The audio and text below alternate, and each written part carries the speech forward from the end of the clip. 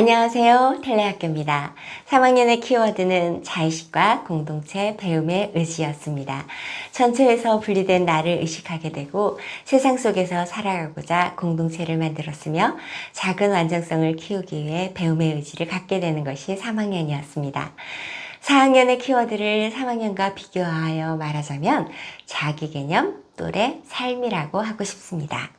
차근차근 4학년 어린이의 마음과 생각 속으로 함께 다가가 보겠습니다. 자기 개념을 이해하기 전에 자기를 이루는데 가장 근본이 되는 몸의 성장부터 다루어야 할 것 같습니다. 4학년이 되면 제법 어린이 티가 날 정도로 몸이 자랍니다. 그 중에서 제가 관심이 가는 건 또 치아입니다. 치아하면 1학년의 영구치가 떠오르실 겁니다. 영구치는 어린이가 자기 힘으로 만들었다고 생각하는 최초의 것입니다. 영구치가 나면서 태어날 때 가지고 있던 아기 티를 모두 벗은 셈이 됩니다.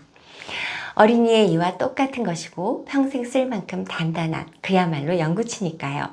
영구치가 났다는 것은 자신 안에 있는 것을 끄집어내어 필요한 것을 만들어낼 준비가 되었다는 뜻입니다. 기억력이 생긴 겁니다. 그래서 영구치가 난 어린이는 학교에 가서 학습할 준비가 되었다고 보는 겁니다. 4학년에서는 어금니가 납니다. 사진에서 보시는 제2대구치입니다. 윗니의 제2대구치는 한두에 늦게 나지만 아랫니의 제2대구치는 4학년쯤에 만들어집니다. 말이 나왔으니 하는 말인데 어디 가느다란 앞니가 굵은 어금니에 비할 수 있겠습니까? 7, 8살 때 가뜩이나 귀여울 텐데 앞니까지 듬성듬성 빠져 있으니 새 앞니 나는 게 눈에 띄는 거지요. 씹고 뜯고 맛보는 치아의 힘과 역할은 뭐니 해도 어금니입니다. 윗니, 아랫니 둘 다 중요하겠지만 굳이 어느 곳이 더 힘을 받느냐 하면 또 아랫니고요. 제2대구치 아랫니가 나오는 게 4학년이라는 겁니다. 그전에도 대구치가 나옵니다. 제1대구치라고 해서 가장 안쪽 어금니보다 먼저 나오고 앞에 있는 치아입니다. 지금이라도 거울로 들여다보시면 아시겠지만 이 치아도 꽤 크고 단단합니다. 그런데 워낙 일찍 혼자 나오다 보니 힘을 잘 받지 못하고 관리가 잘 되지 않습니다. 그래서 대부분 충치 치료를 한 흔적이 남아있을 겁니다. 제1대구치와 앞니, 소구치가 생기고 난 다음 제2대구치가 나오면서 치아 성장은 초등학교를 졸업할 즈음 완료됩니다. 사랑니는 더 늦게 나는데 하는 분도 계실 겁니다. 맞습니다. 18세에서 20세 그보다 더 늦게 나는 사람도 있으니까요. 제3대구치에 해당하는 것이 사랑니입니다. 그런데 사랑니는 호모사피엔스의 진화 과정에서 따로 이해하게 될 부분이 있으니 제쳐두겠습니다. 작아진 뇌와 턱의 크기로 대부분 자리 잡지 못하고 뽑아야 하는 형편이기도 하고요. 먹는다는 건 참 중요한 일입니다. 어른보다 생명체의 본질과 더 가까운 사람이 어린이이기 때문에 그만큼 더 큰 영향을 끼칠 겁니다. 아기 때는 이가 없어 씹지를 못하니 아주 잘게 잘라서 유아식을 먹었습니다. 다 처음이라 이게 무슨 맛인지 모르고 그저 꿀꺽꿀꺽 삼켰죠. 씹어야 맛을 알지 않습니까? 유아가 세상을 받아들이는 게 이런 모습입니다. 꿀꺽꿀꺽 그렇습니다. 그 다음은 자기가 씹어 먹지만 이가 작아 불안정합니다.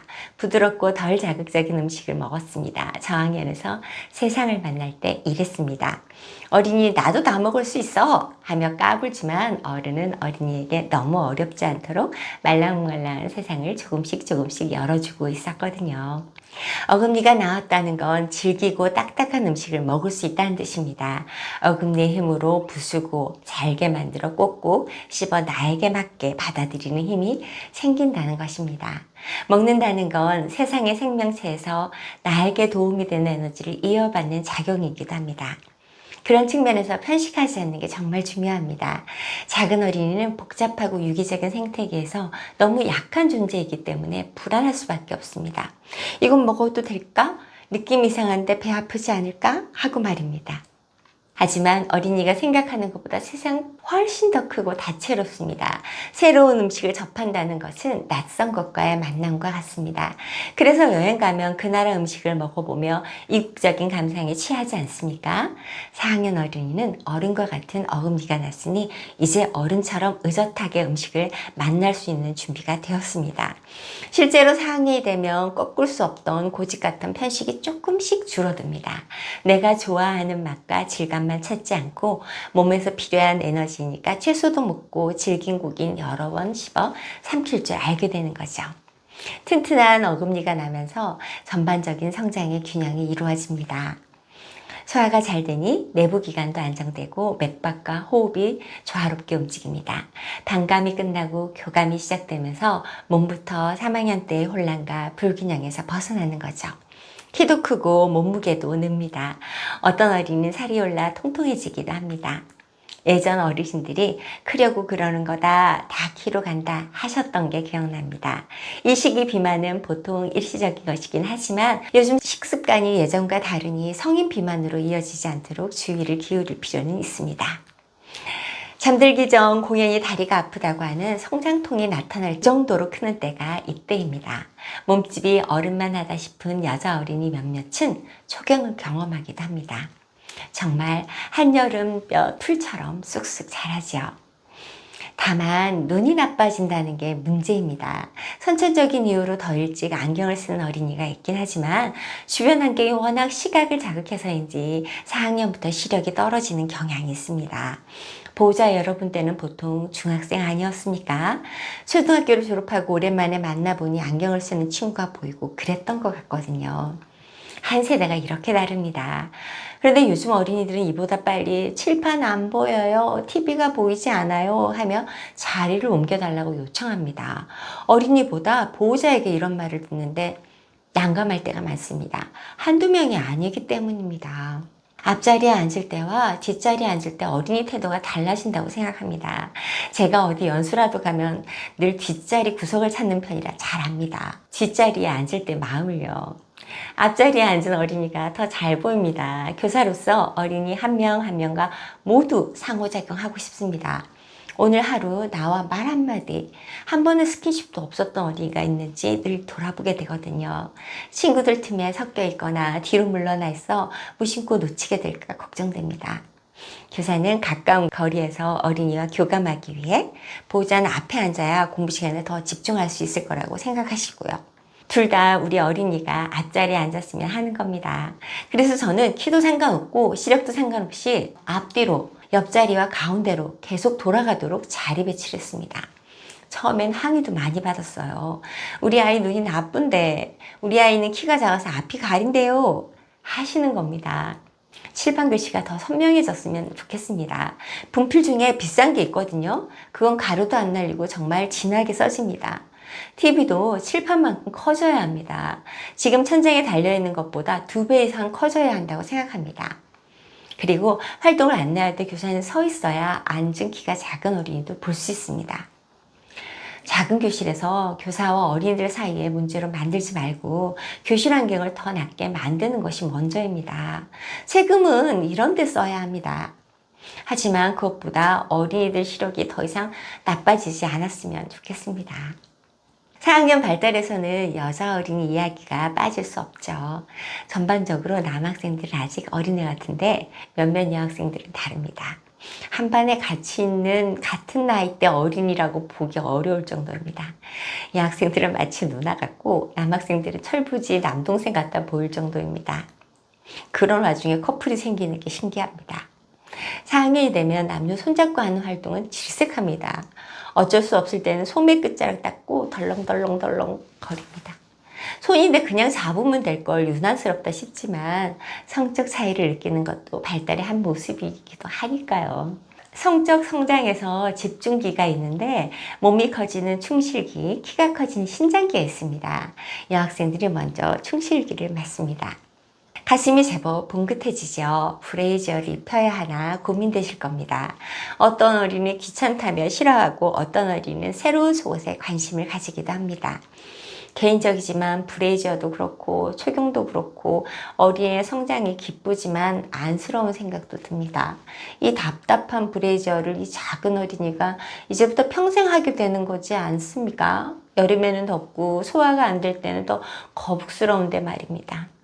우리 사회는 왜 여성의 자연스러운 가슴 모양을 감추어야 하는 것으로 여기게 되었을까 원망하는 마음이 듭니다.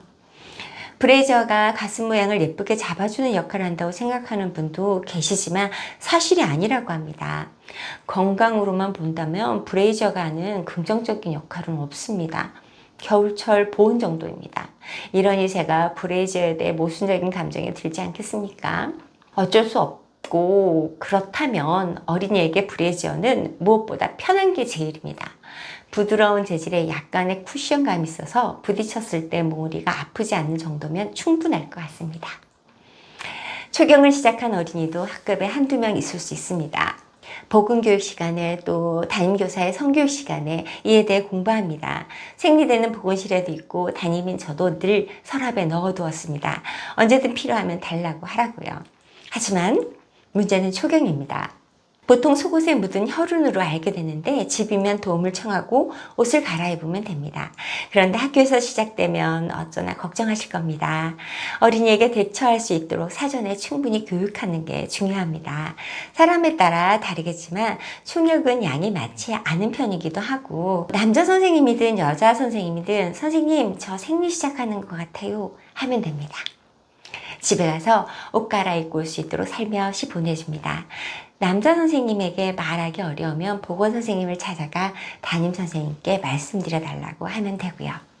어린이는 놀라고 한편으로는 신기하더라고요.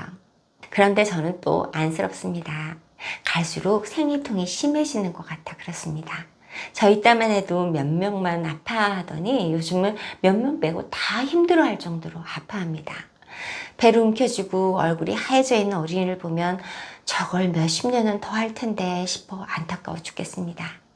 어린이가 크는 건 좋지만 이런 고통을 너무 어린 나이에 겪게 되는 것이 속상합니다. 의학계가 다른 병들도 암처럼 연구했으면 좋겠습니다.